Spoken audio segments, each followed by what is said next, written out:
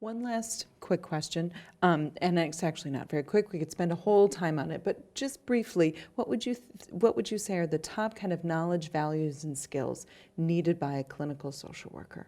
So maybe the top one in each of those. Well, I think in terms of knowledge, it's imperative to have a really solid theoretical base. And that includes knowledge from a developmental perspective. I think we have to be very grounded in development. I think we have to be very well versed in psychopathology, understanding mental illness and the continuum of mental illness.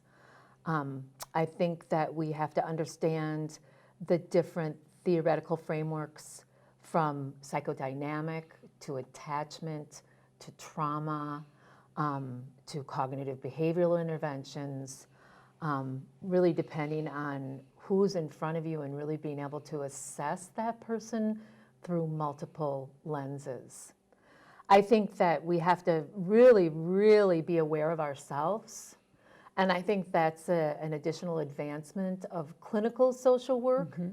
And in fact, I think as a clinical social worker, the more self-aware you are, the more competent you are in your practice.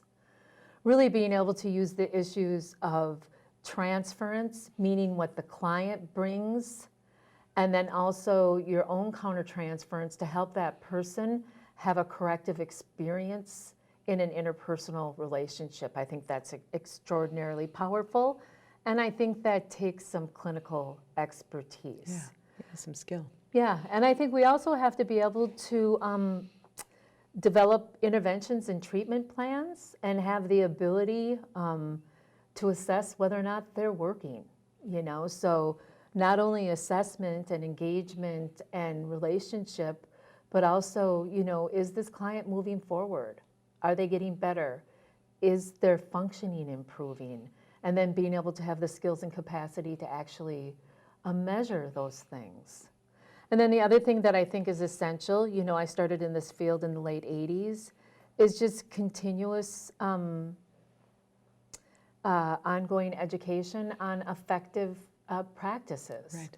And people sometimes don't like the language of, you know, evidence-based practices or best practices because sometimes it puts things in a container.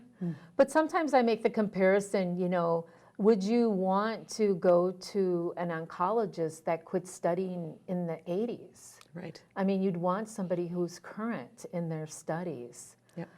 Certainly, I think most of us believe that the relationship and what we bring forward in that ability to engage and build rapport is probably our most valuable asset, but we still need to be able to conceptualize and be intentional about not only what the client's bringing, but what we're bringing to the working relationship.